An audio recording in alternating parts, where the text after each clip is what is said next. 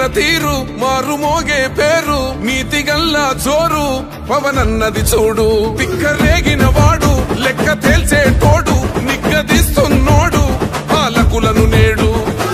10 మంది కడుపే నిండాలంటుండు అవినీతి అంతం కావాలంటుండు అందుకే చేస్తుండు ఆగని అలవని పోరాటం జగన్ సామాన్యుడు రాజకీయం చేస్తే ఇలాగే ఉంటది నీ కోటలు బద్దల కొడతా అధాపాతాళానికి తొక్కకపోతే నా పేరు పవన్ కళ్యాణే కాదు ధరదం కొట్టురి